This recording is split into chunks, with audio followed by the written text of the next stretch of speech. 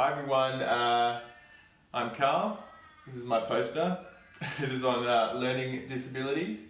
It wants to be an eye-catching poster, a visual aid in your office, to give you a bit of information on learning disabilities and what you might see in your classroom and some strategies and some accommodations you could use to help these children out. So the first thing my poster sort of brings attention to is the disability, or is it a difficulty?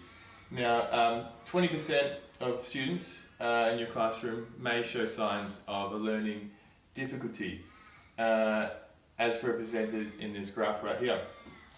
Now, this difficulty only progresses into a disability if the children do not respond to typical instruction.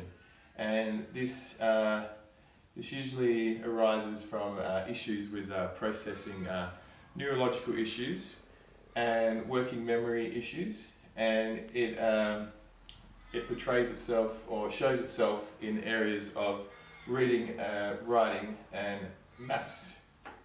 And as in the graph shows again that around 5%, 3 to 5%, current estimates show that children in your classroom may have a learning disability in the areas of reading, writing and maths.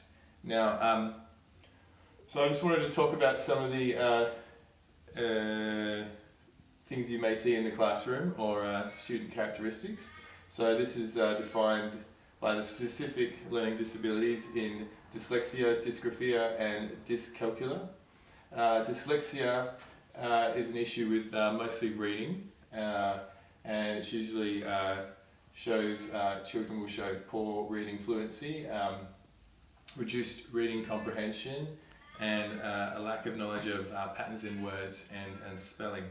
And they also have word finding difficulties, difficulties writing in a structured manner and a slow speed of writing, and they often avoid reading and writing tasks.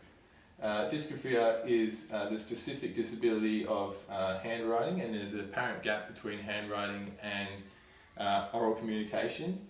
They have difficulties writing thoughts down into written language, onto paper. Dyscalculia is a difficulty in learning maths concepts. They have difficulty with learning maths symbols, mental maths, and delays in recognizing maths vocabulary. And also they have delays in the spatial way of things. So some strategies that you can use in your classroom. Most research into learning difficulties supports direct teaching. Direct teaching is where the teacher systematically breaks down material into smaller steps, clearly presents content, models a practice, and then leaves plenty of time for student practice, correction, and then checking for understanding and doing it all over again. But this has been found to be really beneficial for students with learning difficulties because it doesn't assume students will indirectly make connections to any of the content, so it just breaks it down into small parts and then just enables plenty of time for practice as well. Some other things that have been found to help students is mnemonics. Now these are a system such as a pattern of ideas or associations which assist in remembering something new, and they have constantly been found to be beneficial. So an example is a keyword. So a keyword is something that sounds similar or slightly related to remind students of the new word. So for example, the scientific term for frogs is ranidae.